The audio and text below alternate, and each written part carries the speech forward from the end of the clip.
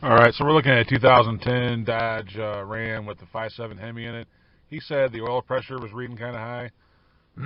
I don't actually know. I didn't ask him where it normally reads at, and the check engine light's on. So we're going to go into the launch here and take a look and see what codes we have, if we have anything pertaining to the oil pressure. These do have an oil pressure sending switch OBD code available to them to use, so we'll check that real quick and see if that's one of them, and see what we come up with here. A little bit slow today.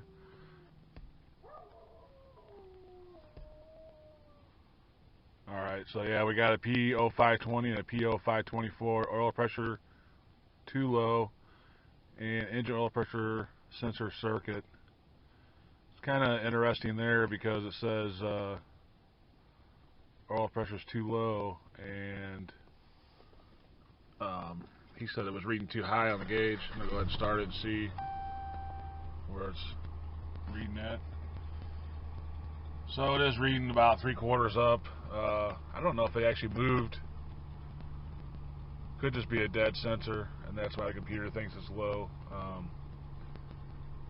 And we got here, it says it's pending. The 524 is pending, so it's set at 520, I guess, earlier. And now it's got a 524, but it looks like that gauge may not be moving at all. Yeah, the gauge isn't moving at all, so that thing's just stuck there. So we'll go out and check the wiring and check the sensor itself, take a look at it. This truck's got, I believe, 190-something thousand on it. So it wouldn't be out of the question for, sorry about that, wouldn't be out of the question for it to, yeah, 194,000. So we'll go out and do a few checks on it, and probably end up putting a sensor in this thing. And we got dogs barking, the train going by. Anytime you turn the camera on, it's chaos here at Hoopties. So anyway, we'll go out and check that, and alright, so this is a 3-wire sensor. You got 5 volts coming from the computer. You have a ground, and then you have a signal wire going back to the computer to tell the computer, you know, what the sensor's reading. So I'm just going to test the ground and the 5-volt reference real quick. And I got the wire, I got it unplugged, and I got the one end of the probe going to the pinkish yellow wire. Looks kind of red if it's turned upside down, but I think it is a multicolor wire. So I got that just kind of pressed up against it, not real hard. And you can see there we got 5 volts.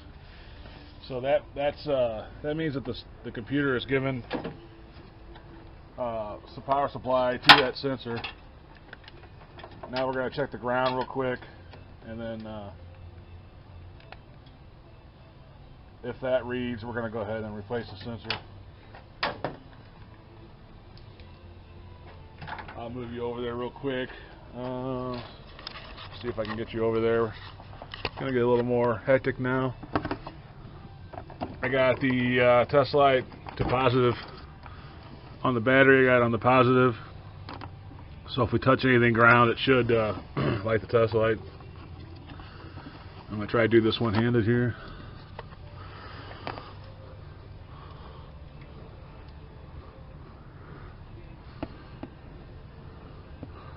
And trying to get in there. This is almost impossible to do with one hand. Let me get it set up real quick, and then I'll bring you back. Alright, so I'm lightly probed into that the 3rd wire, and you can see the test light is lit up, so it's got a good ground. There, I'm taking it off, it's off, on. So that tells me it's got a good ground, it's got a good power signal. So we'll go ahead and change that sensor real quick and go from there. Now this sensor, I didn't show that. It's on the block. It's bolted directly into, screwed directly into the block right here. And for whatever reason, Dodge puts the pigtail upside down, so you'll see it looking like this.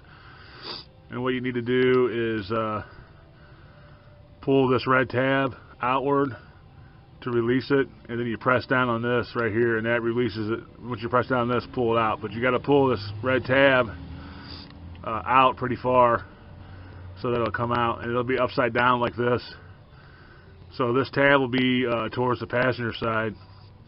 Just get a small pick or screwdriver under there and pull it outward. Don't pull it all the way out, just outward. Then press on this right here, and that'll release it. So I believe these are 1 1/4 or something like that for the size for the oil pressure. I'll find out, let you know. But yeah, we'll just get a socket down there and take this up. All right, one thing I want to go over real quick: when you check your voltage and your ground, you want your key on. Obviously, the ground wouldn't make a difference, but the voltage would. So I was wrong about the socket size. It's 1 1/16 socket. I use normal deep well. They do sell special oil pressure sockets. I do have a couple of them, none that'll go over this big connector here. So all mine are a little bit shorter. So this is it. It's the original one, you can see. And anyway, we'll just put the new one in and clear the codes and double check it, see if that gauge moves. They're not real tight going in, and don't go crazy putting them back in because you don't want to break that off in the block. Then you're going to have all kinds of issues. So don't He-Man it in there. Just get in there snug and be done with it. It should come with, yeah, the new one comes with a sealer on there. So leave that on there, obviously, and just screw it into it snug and you'll be fine. And then we'll plug it back in and check it out, make sure. Alright, so it's back in there. Like I said, this is the passenger side. You'll see your oil filter, and it's right above the oil filter, right, you know, on the passenger side, front of the engine. It's back in there, and it's snapped back in. And remember to push that red clip back so it doesn't, so it's locked in. And the other thing I'll point out is when you take this out, you will lose some oil. It won't be a lot, but depending on where you're at, you might want to put a small pan under there. So I got it back in. Now we'll just go back in and clear the codes, take it around the block, and make sure it's not leaking or anything, and make sure the gauge is working, and we should be good to go. We'll clear the codes on it too. I think I already said that, but alright, I'll get my tools cleaned up, and then we'll go inside the truck. And alright, so we're back in the truck. I'm just going to start it up. You can see here the gauge moved down, and now it's moving at a normal rate, and it stops about a half. Before it was all the way over at 3/4. So we'll go ahead and clear the codes on this real quick, and because it's not going to clear it by itself right away. So we'll go ahead and clear it out real quick, take it for a quick test drive, and then should be it. It should be all you need to do. I would say most of the time on your P0520 and 524, it's just going to be your sensor, unless you got some kind of weird wiring problem. But 9 times out of 10, it's probably going to be your sensor. So I'm going to go ahead and clear this out and consider this fixed. Probably take it around the block real quick, and then go ahead and end this out. But anyway, that's the codes and the issue, how to change oil pressure sensor on a 5.7 Hemi. It should be pretty much the same for all the trucks and cars and stuff. They're all pretty much the same location. So anyway, I just appreciate you watching. We'll catch you on the next one. God bless and have a great day.